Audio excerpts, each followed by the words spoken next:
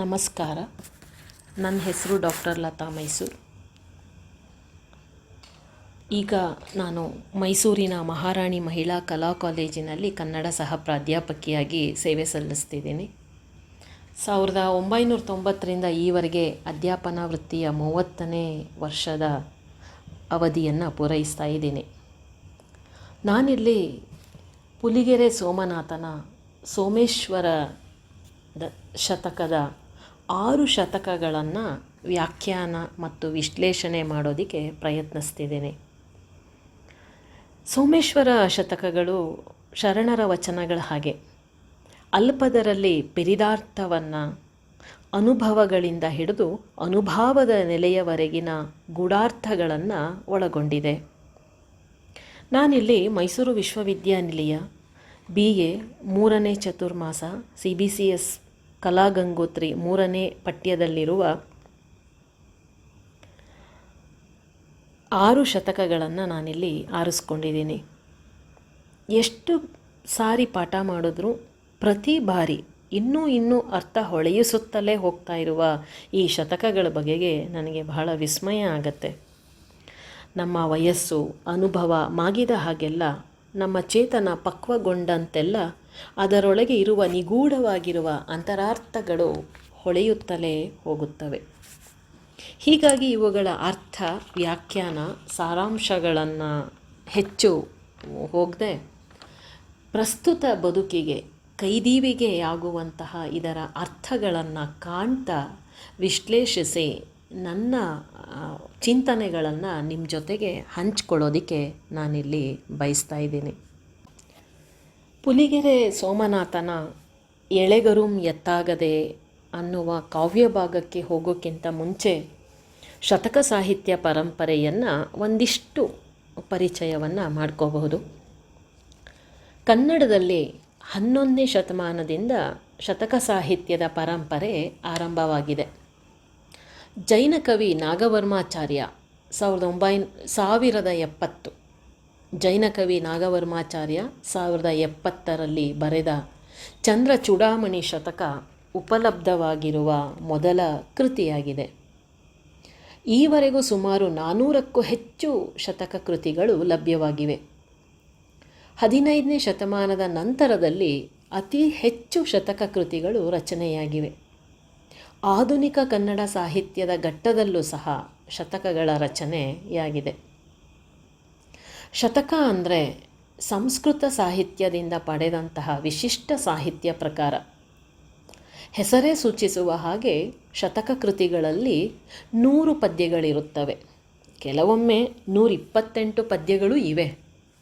ಭಕ್ತಿ, ಜ್ಞಾನ, ವೈರಾಗ್ಯ, ತತ್ವ, ನೀತಿ, ಶೃಂಗಾರ, ಸ್ತುತಿ, ಮಹಾತ್ಮರ ಸ್ತೋತ್ರ, ಮಹಿಮಾ ಅತಿಶಯಗಳ ವರ್ಣನೆಗಳನ್ನು ಶತಕಗಳಲ್ಲಿ ನಾವು ಕಾಣ್ತೇವೆ. ಸಂಸ್ಕೃತ ಭೂಯಿಷ್ಠವಾದಂತಹ ಭಾಷಾ ಪ್ರಯೋಗ, ಭಾಷೆಯಲ್ಲಿ ದೇಶೀಯತೆಯನ್ನು ಕೂಡ ನಾವಿದರಲ್ಲಿ ನೋಡ್ತೇವೆ. ಪ್ರತಿ ಪದ್ಯದ ಅಂತ್ಯದಲ್ಲೂ ಕೂಡ ಅಂಕಿತ ಇರುತ್ತೆ. ಪ್ರಮುಖ ಶತಕ ಕವಿ ಕೃತಿಗಳು ಅಂತಂದರೆ ಹರಿಹರನ ಪಂಪಾಶತಕ, ರಕ್ಷಾಶತಕ, ರತ್ನಾಕರ ವರ್ಣಿಯ ಅಪರಾಜಿತೇಶ್ವರ ಶತಕ, ರತ್ನಕರಾದೀಶ್ವರ ಶತಕ, ಪುಲಿಗೆರೆಯ ಸೋಮನಾಥನ ಸೋಮೇಶ್ವರ ಶತಕ, ಮೊಗ್ಗೆಯ ಮಾಯಿದೇವನ ಐಪುರೀಶ್ವರ ಶತಕ, ಅಳಿಯ ಲಿಂಗರಾಜುವಿನ ಮಹಾಲಿಂಗ ಶತಕ ಇತ್ಯಾದಿ. ಇನ್ನು ಪುಲಿಗೆರೆ ಸೋಮನಾಥನ ಕವಿ ಪರಿಚಯ ಅಂದರೆ ಪುಲಿಗೆರೆ ಸೋಮನಾಥ ಜನನ ಕ್ರಿಸ್ತಶಕ 1300. ಈತನ ಸ್ಥಳ ಲಕ್ಷ್ಮೇಶ್ವರದ ಬಳಿನಲ್ಲಿರುವ ಪುಲಿಗೆರೆ. ಈತನ ಇಷ್ಟದೈವ ಪುಲಿಗೆರೆಯ ಸೋಮೇಶ. ಅಂಕಿತ ಹರಹರ ಶ್ರೀ ಚನ್ನ ಸೋಮೇಶ್ವರ. ಈ ಪುಲಿಗೆರೆ ಸೋಮನಾಥನ ಸೋಮೇಶ್ವರ ಶತಕ 107 ಸಮವೃತ್ತಗಳನ್ನು ಒಳಗೊಂಡಿದೆ. ಎಲ್ಲ ಪದ್ಯಗಳು ಖ್ಯಾತ ಕರ್ನಾಟಕಗಳಾಗಿವೆ. ನೀತಿ ಬೋಧನೆಯೇ ಇದರ ಪ್ರಮುಖ ಗುರಿ, ಪರಮ ಉದ್ದೇಶ. ಈ ಸೋಮೇಶ್ವರ ಶತಕ ಬಹು ಜನಪ್ರಿಯವಾದಂತಹ ಕೃತಿ. ಗ್ರಾಮೀಣ ಪ್ರದೇಶದಲ್ಲಂತೂ ಇವನ ಶತಕ ಸರ್ವಜ್ಞನ ತ್ರಿಪದಿ ಮತ್ತು ಸೋಮೇಶ್ವರನ ಶತಕಗಳು ಗಾದೆ ಮಾತು ಪಡೆನುಡಿಗಳ ಹಾಗೆ ಉಲ್ಲೇಖಗೊಳ್ತಾ ಹೋಗಿದೆ. ಅಷ್ಟು ಜನಪ್ರಿಯವಾದಂಥ ಕೃತಿ. ಇದರಲ್ಲಿ ಸಾಮಾನ್ಯವಾದ ಲೋಕನೀತಿ, ಲೋಕವ್ಯವಹಾರ, ಸಜ್ಜನರು ದುರ್ಜನರು, ಸುಖ ದುಃಖ, ಶುಚಿ ಅಶುಚಿ, ನಿಜವಾದ ಧರ್ಮ, ಧಾರ್ಮಿಕ ಮೂಢ ಆಚರಣೆಗಳು, ಅಂತರಂಗ ಶುದ್ಧಿ, ಬಹಿರಂಗ ಶುದ್ಧಿ, ಅವುಗಳ ಸಮನ್ವಯತೆ, ನುಡಿನಡೆಯ ಸಮನ್ವಯತೆ, ಕೆಡುಕು ಮತ್ತು ಅನೀತಿಗಳ ಖಂಡನೆ, ಒಳಿತು ಮತ್ತು ನೀತಿಯ ಪ್ರತಿಪಾದನೆ ಮುಂತಾದ ವಿಷಯಗಳನ್ನು ಇದು ಒಳಗೊಂಡಿದೆ. ಕಾವ್ಯ ಭಾಗ ಎಳೆಗರು ಎತ್ತಾಗದೆ, ಪುಲಿಗೆರೆ ಸೋಮನಾಥನ ಶತಕಗಳು. ಇಲ್ಲಿರುವ ಮೊದಲ 3 ಶತಕಗಳು ಸಚರ ಸ್ಥಾವರಕ್ಕೆಲ್ಲ ಸುಖ ದುಃಖಗಳ್ ಸಮಾನಗಳ್ ಅನ್ನೋದು ಮೊದಲನೇ ಶತಕ. ಶುಚಿ ತಾನಾಗದೆ ಸರ್ವಶಾಸ್ತ್ರ ನಿಪುಣಂ ತಾನಾಗದೆ ಎರಡನೆಯ ಶತಕ. ಮೂರನೇದು ಪೊಡೆಯೊಳ್ ತುಂಬಿರೆ ಪಂಕ ಮೇಲೆ ತೊಳೆಯಲ್ ತಾಂ ಶುದ್ಧನೇನಪ್ಪನೇ ಅನ್ನೋದು 3ನೇ ಶತಕ. ಈ 3 ಶತಕಗಳಲ್ಲಿ ನಿಜವಾದ ಬ್ರಹ್ಮಜ್ಞಾನ ಅಂದರೆ ಏನು, ಅದರ ಸ್ವರೂಪವೇನು, ಬ್ರಹ್ಮಜ್ಞಾನ ಪಡೆದಂತಹ ಸುಜ್ಞಾನಿಗಳು ಈ ಜೀವನದಲ್ಲಿ ಹೇಗೆ ನಡೆದುಕೊಳ್ಳುವರು, ಸುಜ್ಞಾನಿಗಳು ತಮ್ಮ ನುಡಿ ಬದ್ಧ ನಡೆಯಿಂದ, ವಿಚಾರ ಆಚಾರಗಳ ಸಮನ್ವಯತೆಯಿಂದ, ಲೌಕಿಕದ ದುರ್ಗುಣ ದೋಷ ದೌರ್ಬಲ್ಯಗಳಿಂದ ಮತ್ತು ಅಶುಚಿಗಳಿಂದ ಹೇಗೆ ಮುಕ್ತರಾಗಿರುವರು ಎಂಬುದನ್ನು ಇಲ್ಲಿ ವರ್ಣಿಸಲಾಗಿದೆ. ಜೊತೆಗೆ ಸದಾಚಾರಗಳ ನಡೆಯಿಲ್ಲದೆ ಕೇವಲ ವಚನದಲ್ಲಿ ಅಂದರೆ ಮಾತಿನಲ್ಲಿ ಬ್ರಹ್ಮವನ್ನು ಆಡುವವರು ದೋಷಮುಕ್ತರಾಗುವುದಿಲ್ಲ. ಇವರು ಮಲಮಾಯ ಬಂಧನದಲ್ಲೇ ಸಿಲುಕಿ ಅಶುಚಿಗಳಾಗಿಯೇ ಇರುವರು ಎಂಬುದನ್ನು ಏಕಕಾಲಕ್ಕೆ ವೈರುಧ್ಯಾತ್ಮಕವಾಗಿ ವರ್ಣಿಸಿ ಜನತೆಗೆ ನೀತಿ ಮಾರ್ಗದರ್ಶನ ಮಾಡಲಾಗಿದೆ. ಇದರಲ್ಲಿ ಮೊದಲನೇ ಶತಕ ಹೇಗಿದೆ: ಸಚರ ಸ್ಥಾವರಕ್ಕೆಲ್ಲ ಸರ್ವ ಸುಖ ದುಃಖಗಳ್ ಸಮಾನಗಳ್ ಎಂದು ಅಚಲ ಆನಂದದಿ ತನ್ನನ್ ಅನ್ಯರ್ ಎಣಿಸಲ್ ಸುಜ್ಞಾನಿಗಳ್ ನೀರಿನೊಳ್ ಶುಚಿಯೊಳ್ ಪಾದವನಿಟ್ಟು ತೋರ್ಪತ್ತೆರದೊಳ್ ತಾನಾಗದೆ ವಾದಿಪ ವಚನ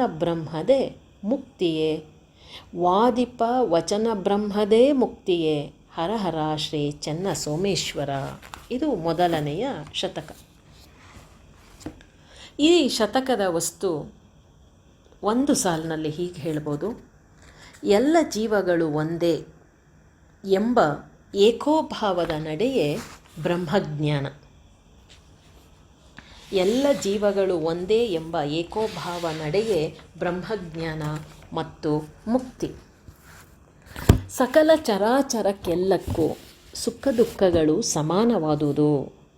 ಆದುದರಿಂದ ನಾನು ಬೇರೆಯಲ್ಲ, ಅನ್ಯರು ಬೇರೆಯಲ್ಲ, ಎಲ್ಲರೂ ಒಂದೇ ಎಂಬುದು ಬ್ರಹ್ಮಜ್ಞಾನ. ಸುಜ್ಞಾನಿಗಳು ಈ ಜ್ಞಾನವನ್ನು ತಮ್ಮ ಅರಿವಾಗಿಸಿಕೊಂಡು ಹಾಗೇ ನಡೆದು ತೋರಿಸುವರು. ನೀರಿನಲ್ಲಿ, ಬೆಂಕಿಯಲ್ಲಿ, ನೀರಿನೊಳ್ ಶುಚಿ ಅಂದರೆ ಬೆಂಕಿ, ನೀರಿನಲ್ಲಿ ಬೆಂಕಿಯಲ್ಲಿ ಪಾದವನ್ನಿಟ್ಟರೆ ಅದು ಹೇಗೆ ಎಲ್ಲ ಜೀವಿಗಳಿಗೂ ಸುಖ ನೋವುಗಳನ್ನು ಸಮಾನವಾಗಿ ನೀಡುತ್ತದೆಯೋ ಹಾಗೆ ಎಂದು ತೋರಿಸಿ ತಾವು ಹಾಗೆ ಆ ಅಚಲ ಆನಂದದಿಂದ ಜೀವಿಸುವರು.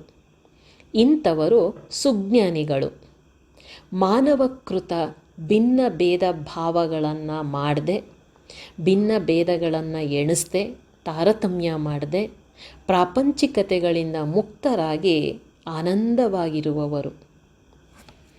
ಹೀಗಲ್ಲದೆ ಕೇವಲ ವಾದ ಮತ್ತು ತರ್ಕಗಳಿಗಾಗಿ ತಾವೂ ಬ್ರಹ್ಮಜ್ಞಾನಿಗಳು ಎಂದು ತೋರಿಸಿಕೊಳ್ಳುವವರು ಈ ಭವಬಾಧೆ ಅಜ್ಞಾನಗಳಿಂದ ಮುಕ್ತರಾಗಿರುವುದಿಲ್ಲ.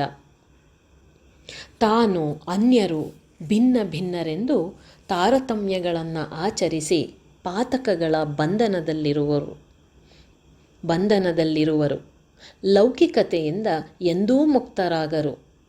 ಇಂಥ ಡೋಂಗಿಗಳಿಗೆ ಬ್ರಹ್ಮಜ್ಞಾನ ಎಂದೂ ಲಭಿಸುವುದಿಲ್ಲ. ಒಟ್ಟು ಬ್ರಹ್ಮಜ್ಞಾನ, ಸುಜ್ಞಾನ ಎಂದರೆ ಎಲ್ಲ ಜೀವಗಳು ಒಂದೇ ಎಂಬ ಏಕೋಭಾವ. ನಿಜವಾದ ಜ್ಞಾನಕ್ಕೆ ಜೀವಗಳಲ್ಲಿ ವ್ಯತ್ಯಾಸಗಳಿರುವುದಿಲ್ಲ, ನಿರ್ಬಂಧ ಎಲ್ಲೆಗಳಿರುವುದಿಲ್ಲ. ಬ್ರಹ್ಮವೆಂಬುದು ಮೇರೆಗಳಿಲ್ಲದ ಎಲ್ಲವನ್ನು ಸಮಾನವಾಗಿ ಭಾವಿಸುವ ದಿವ್ಯ ಪ್ರೇಮ. ಬ್ರಹ್ಮವೆಂಬುದು ಮೇರೆಗಳಿಲ್ಲದ ಎಲ್ಲವನ್ನೂ ಸಮಾನವಾಗಿ ಭಾವಿಸುವ ದಿವ್ಯ ಪ್ರೇಮ. ಕೇವಲ ಮಾತಿನಿಂದ ಬ್ರಹ್ಮಾನಂದವನ್ನು ತಿಳಿಯಲು ಸಾಧ್ಯವಿಲ್ಲ. ತಿಳಿವಳಿಕೆಯನ್ನು ಸ್ವಯ ಮಾಡಿಕೊಂಡು ಅರಿವಿನಿಂದ ಜೀವಿಸಿದಾಗ ಮಾತ್ರ ತಾವೇ ಬ್ರಹ್ಮವಾಗಲು, ಅದೇ ಅಚಲ ಆನಂದದ ಸ್ಥಿತಿ, ತಾವೇ ಬ್ರಹ್ಮವಾಗಲು ಸಾಧ್ಯ.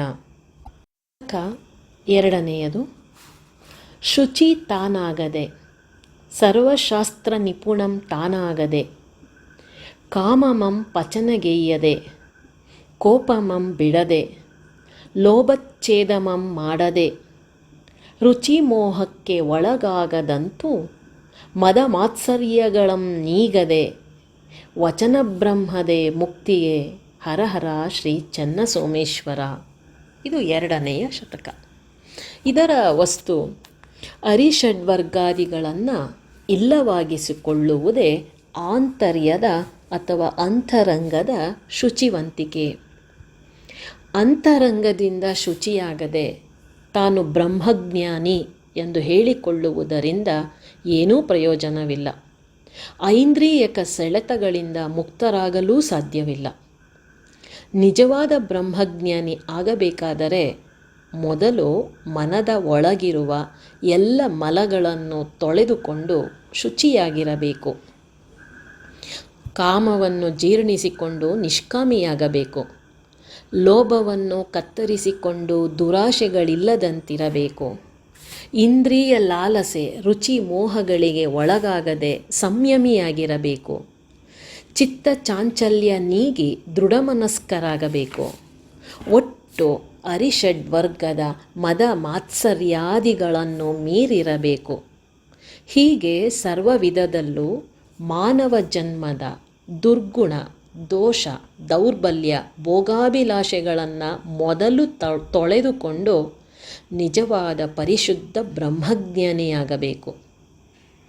ಈ ಯಾವ ನಡೆಯಿಲ್ಲದೆ, ಆತ್ಮಾವಲೋಕನದ ಸಾಧನೆ ಮಾಡದೆ, ಕೇವಲ ವಚನ ಮಾತಿನಲ್ಲಿ ಬ್ರಹ್ಮಜ್ಞಾನ ಆಡುವವರು ಎಂದೂ ಪರಿಶುದ್ಧರಾಗುವುದಿಲ್ಲ. ಉದ್ಧಾರವಾಗುವ ಆಧ್ಯಾತ್ಮಿಕ ಸಾಧನಾ ಮಾರ್ಗ ಕಂಡುಕೊಳ್ಳಲೂ ಸಾಧ್ಯವಿಲ್ಲ. ಒಟ್ಟು ಬೇರೆಯವರಿಗೆ ಶುದ್ಧಿಯನ್ನು ಬೋಧಿಸುವ ಮೊದಲು ತಾನು ಒಳಗಿನಿಂದ ಶುದ್ಧಿಯನ್ನು ಸಾಧಿಸಿಕೊಂಡಿರಬೇಕು. ಈ ನುಡಿ ನಡೆ ಬದ್ಧತೆಯೇ ಬ್ರಹ್ಮವನ್ನು ಬೋಧಿಸುವ ಯೋಗ್ಯತೆಯಾಗಿರುತ್ತದೆ.